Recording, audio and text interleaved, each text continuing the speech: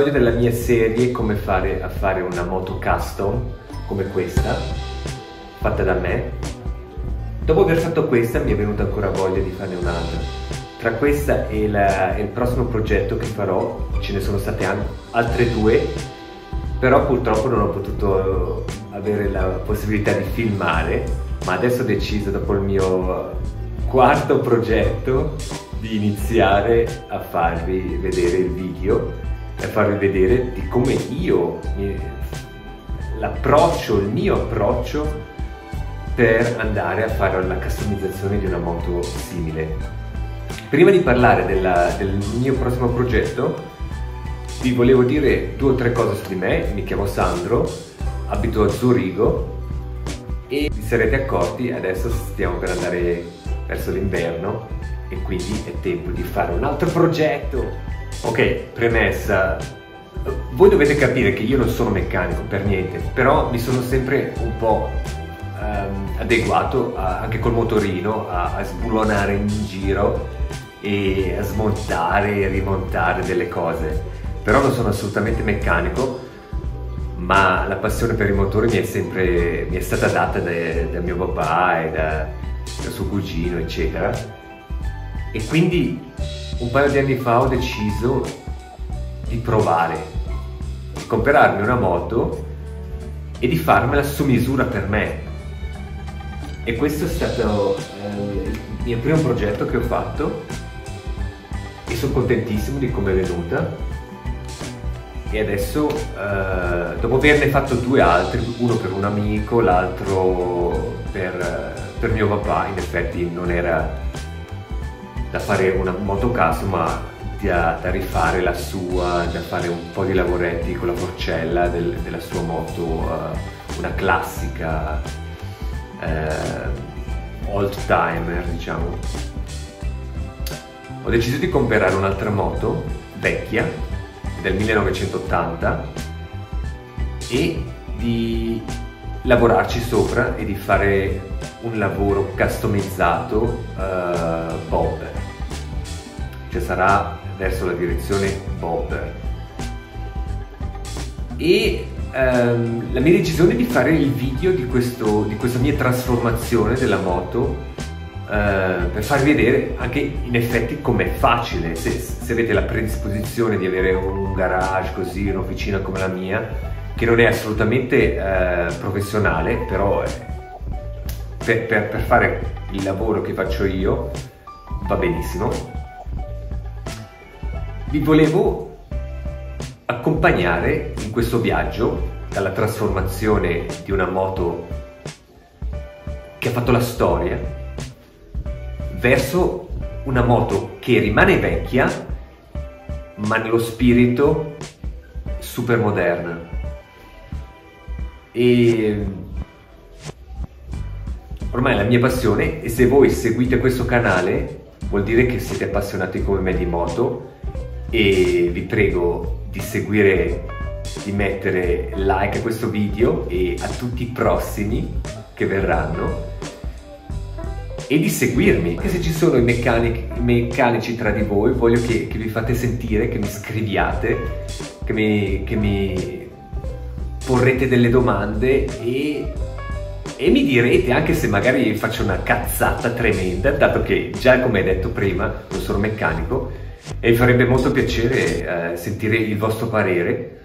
Ma adesso torniamo alle cose serie, cominciamo col progetto. Vai!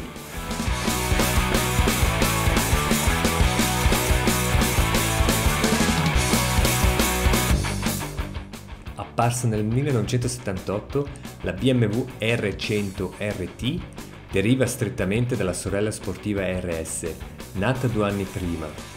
Alla base delle prestazioni di entrambe, infatti, c'è il robusto bicilindrico boxer raffreddato ad aria di 978 cm3, per il quale vengono dichiarati 70 cavalli di potenza, e la sua velocità massima è di poco inferiore ai 190 km/h, che all'epoca era una cosa straordinaria.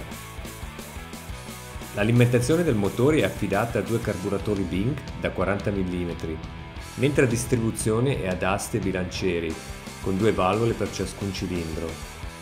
Il cambio è a 5 rapporti, la trasmissione finale, indovinate, ad albero cardanico.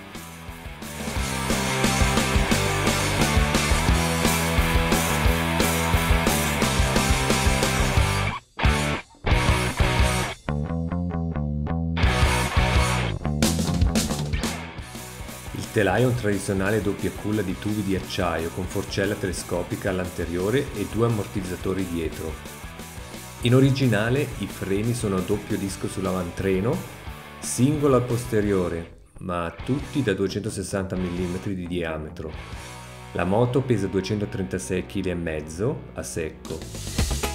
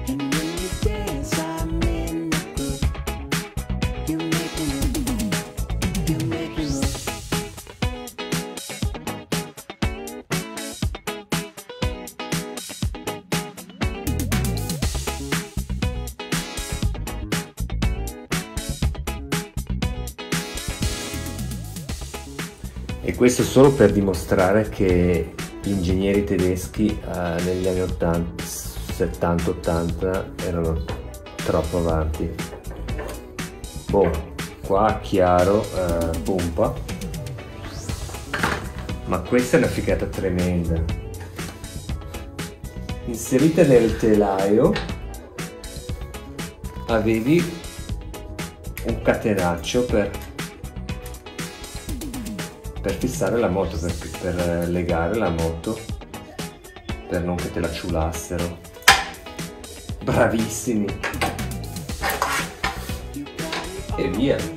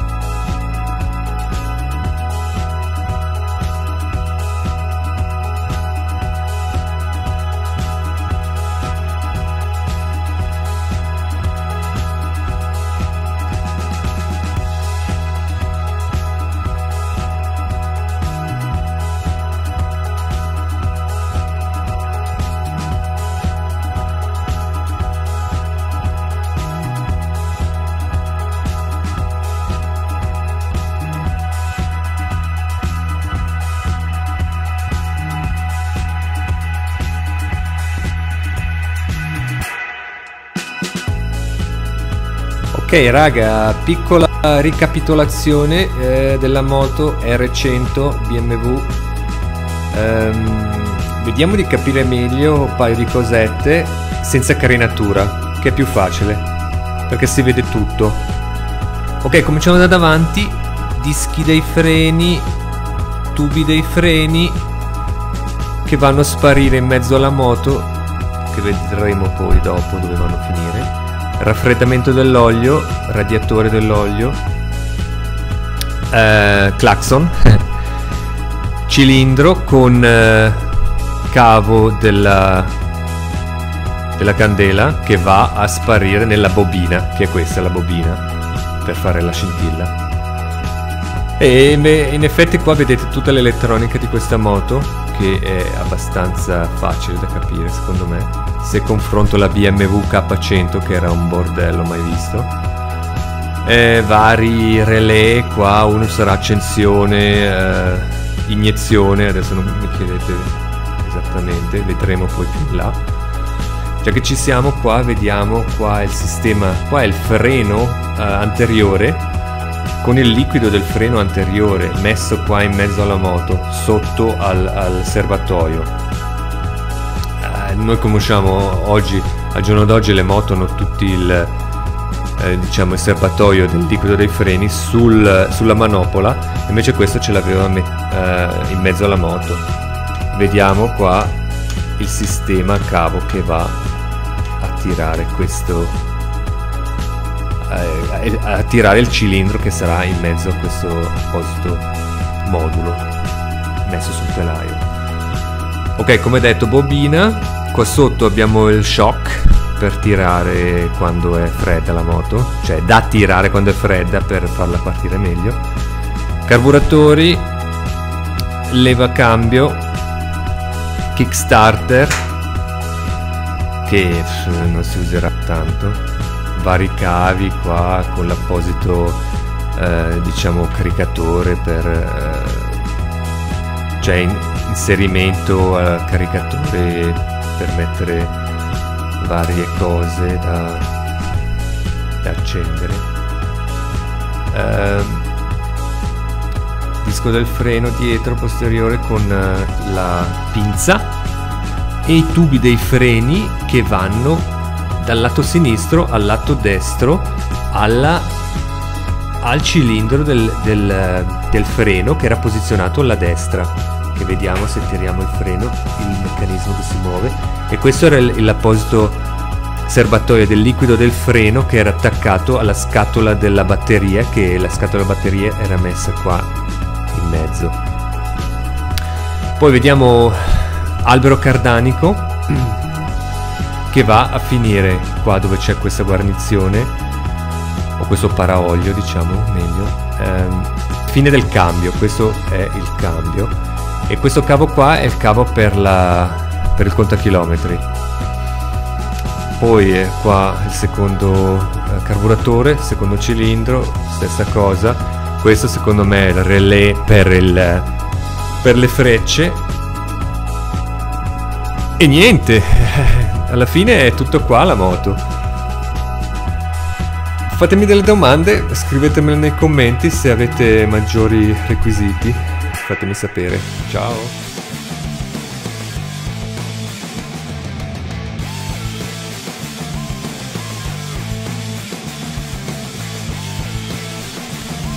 Sai che tu hai problemi con dei bulloni che non escono, che sono decenni fermi nello stesso posto, con ossidazioni, incrostazioni varie. Prova a scaldare il pezzo, poi vedrai che esce. Facciamolo assieme.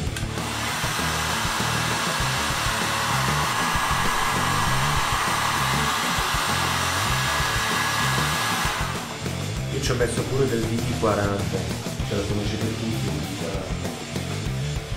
È questo. Questo serve per mollare il bullone. Ottimo prodotto.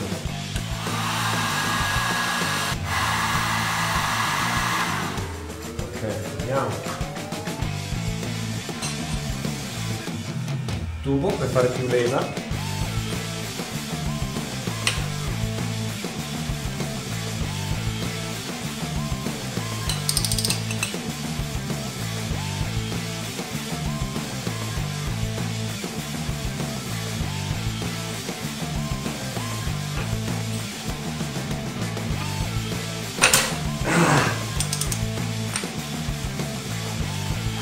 Scaldiamo di più.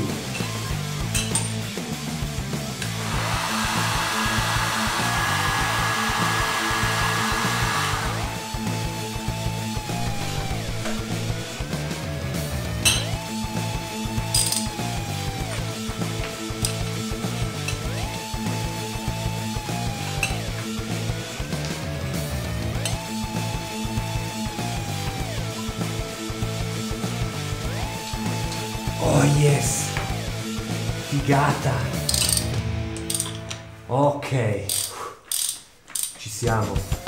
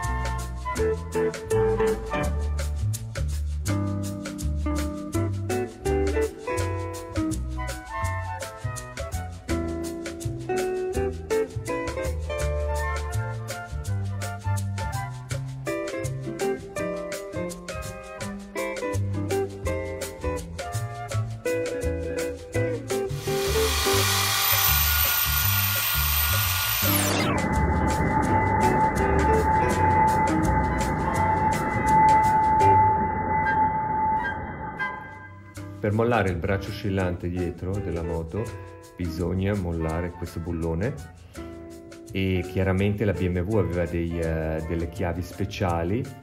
È un 27 e quindi chiave speciale della BMW non me la voleva comprare perché stracosta, quindi me la sono fatta io con una chiave del genere. Ho limato da parte e quindi adesso ci passa e si può inserire per togliere il pezzo dietro. Perfetto.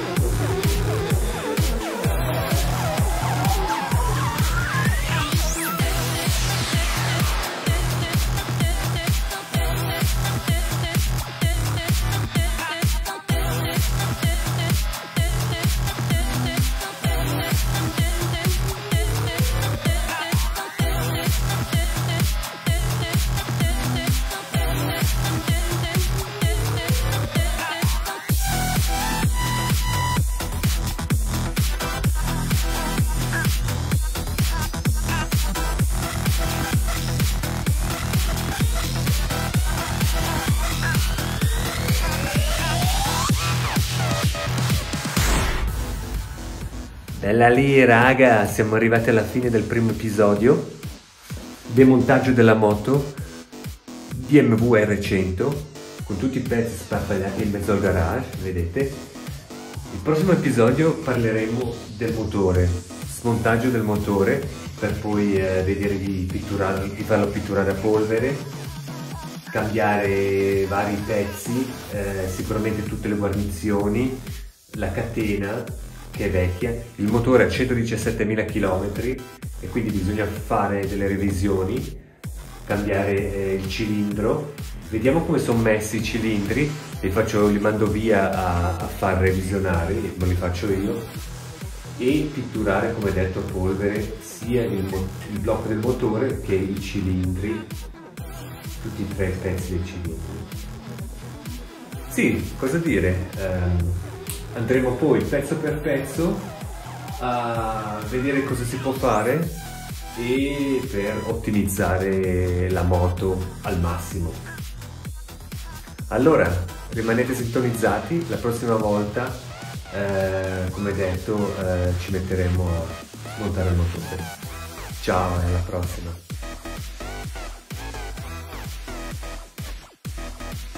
E hai voglia di vedere come continuerà il mio progetto?